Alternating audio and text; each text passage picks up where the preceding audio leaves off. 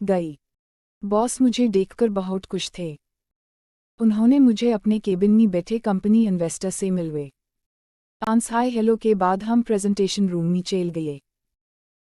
हमारा इस बार का प्रोडक्ट एक मैंगो जूस था, इसलिए मैंने उन्हें हाथ में मैंगो जूस का पैकेट पकड़कर उन्हें हमारे प्रोडक्ट के बारे में एक्सप्लेन किया।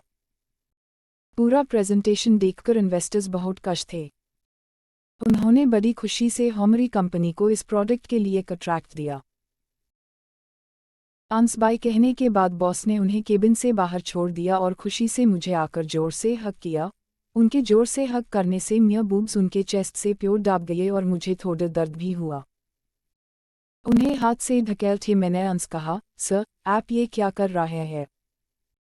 अब आप मुझे पहले जैसे जब चाहे हग नहीं कर सकते। आपको अब मुझे औरत की तरह ट्रीट करना पड़ेगा। सर को अपनी गलती का एहसास हो गया था, इसलिए उन्होंने मुझसे माफ़ी मांगे कहा, माफ़ कर दो यार, पहली की आदत इतनी जल्दी थोड़ी छूटेगी। और हाँ, तुम्हारे बूब्स काफ़ी सॉफ्ट है। तुम्हें हग करते वक्त मुझे फील हुआ। उनकी बात सुनकर मैंने जुटमट के गस से उन्हें डेटा। फिर हम दोनों कैबिन के बाहर आ गए। बाहर मियाँ सब डस्ट अपने अपने काम में लगे हुए थे। बॉस ने सबको आवाज़ लगाई और कहा, अटेंशन गाइज, आज से हमारी कंपनी में ये खूबसूरत लेडी ज्वाइन कर रही है। उनका नाम किरण है।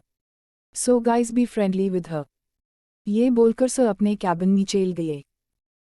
मियाँ सभी डस्ट में खूबसूरत चेहर और शरीर को देखकर अपनी लाल टापका रहे थे। मुझे अंदर हंसी आ रही थी। सबने मुझे आकर हेलो कारर और मुझे कंपनी में ज्वाइन होने के लिए बधाई दी। सब लोगों से मिलने के बाद मैं अपने घर वापस आ गई। घर आकर मैंने साड़ी उठाकर टॉप लेगिंग्स पहनी और नेहा को घर के कामों में हेल्प की। 1 साल बाद नेहा ने एक सुंदर लड़की को जन्म दिया था। उसका नाम हमने सिमरन रखा। वो बिल्कुल अपनी मम्मी पापा जैसी सुंदर दिख रही थी।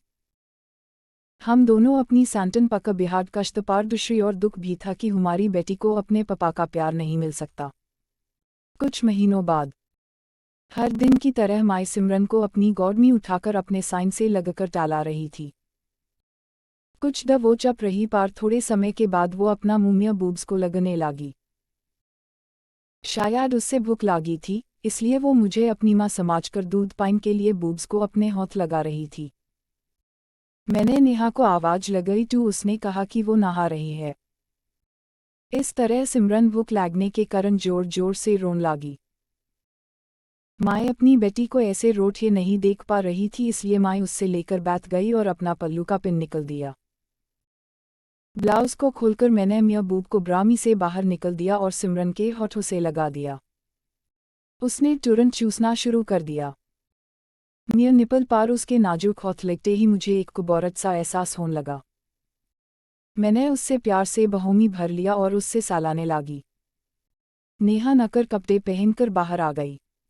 वो मुझे इस तरह देखकर डांग रह गई। किरण, तुम ये क्या कर रही हो? नेहा को देखकर मैंने सिमरन को मियाँ बूब्स से अलग कर नेहा के हाथ में दे दिया। अपने बूब्स को ब्रा में डालकर मैंने ब्लाउज के हुक्स फिर से लगा दिए। पल्लू को पिन लगे थे। मैंने नेहा से कहा, मुझे समझ नहीं आ रहा था सिमरन को रोते देखकर कि मैं क्या करूं, इसलिए मैंने उससे अपने निपल्स उस मुंह में दिए। जब उसने मियाँ बूब्स चूसना शुरू कर दिया तब मुझे एक सुकून भरा एहसास फील हुआ कि मैं रोज उससे अपने बूब्स चूसने दूं। काश मैं भी उससे अपना दूध पिला सकती। मेरी बात सुनकर नेहा मुस्कुराने लगी और कहने लगी, तुम वाकई में सिमरन को अपना दूध पिला सकती हो, इसके लिए तुम्हें डॉक्टर से अपने बूब्स में इंजेक्शन लगने पड़ेंगे।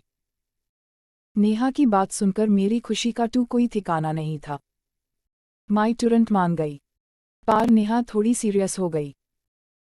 तुम मान तो गई इंजेक्शन लगने के लिए, पर उसके बाद तुम्हें बहुत ध्यान रखना पड़ेगा।